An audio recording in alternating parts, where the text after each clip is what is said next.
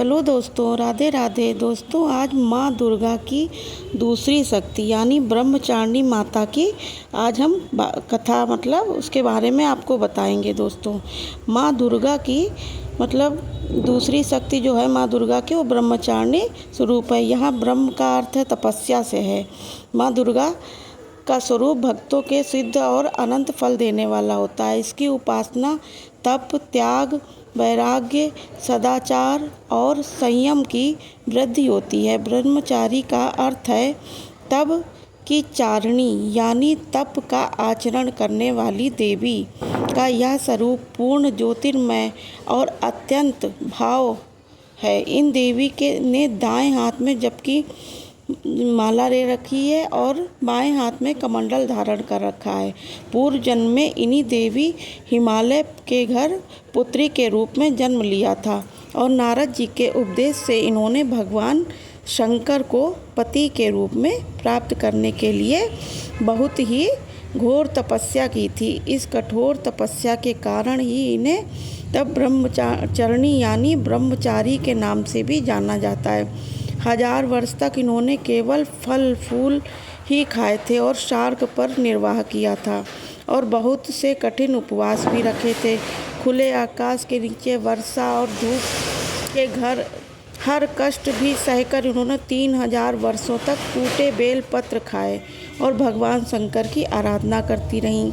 इसके बाद तो उन्होंने बेल पत्रों को खाना भी, सूखे बेलपत्र जो होते हैं उन्हें खाना भी छोड़ दिया और कई हजार वर्षों तक निर्जल और निराहार रहकर तपस्या कठिन करी और देवी का शरीर एकदम चिंदे हो गया। यानी देवता, ऋषि, सिद्धगण, मुनि सभी भी ब्रह्मचारी की तपस्या को अभूतपूर्व पूर्ण कृतज्ञ बताया और उसकी सराहना की और कहा कि देवी आज तक किसी ने इस तरह कठोर तपस्या नहीं की, तो बस आपसे ही ये संभव हो पाया है। आपकी मनोकामना परिपूर्ण होगी और भगवान चंद्रमौली शिवाजी आपको पति के रूप में प्राप्त होंगे।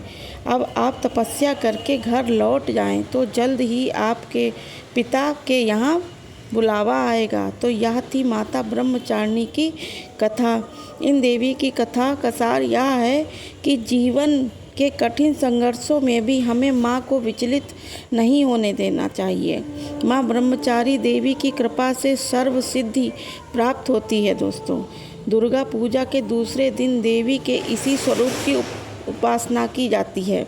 माता ब्रह्मचर्य से पहले स्नान करके शुद्ध हो जाना, फिर माता की प्रतिमा रखी और तस्वीर लगाएं और पूजा करते हुए शुद्ध मन से माता के नाम का स्मरण करने की कोशिश करें और सफ़ेद या पीले वस्त्र पहनकर ही पूजा हो।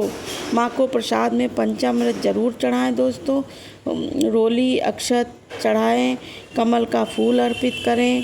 दूध से बने हुए प्रसाद भी माँ को अर्पित कर सकते हैं और फिर कपूर से माता की आरती करें।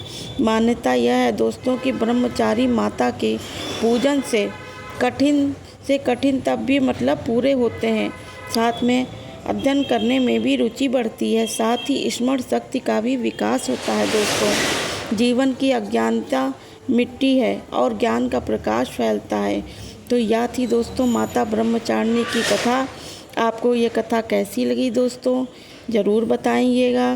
साथ ही मेरे चैनल को सब्सक्राइब करिएगा, वीडियो को लाइक करिएगा। ओके, बाय बाय दोस्तों।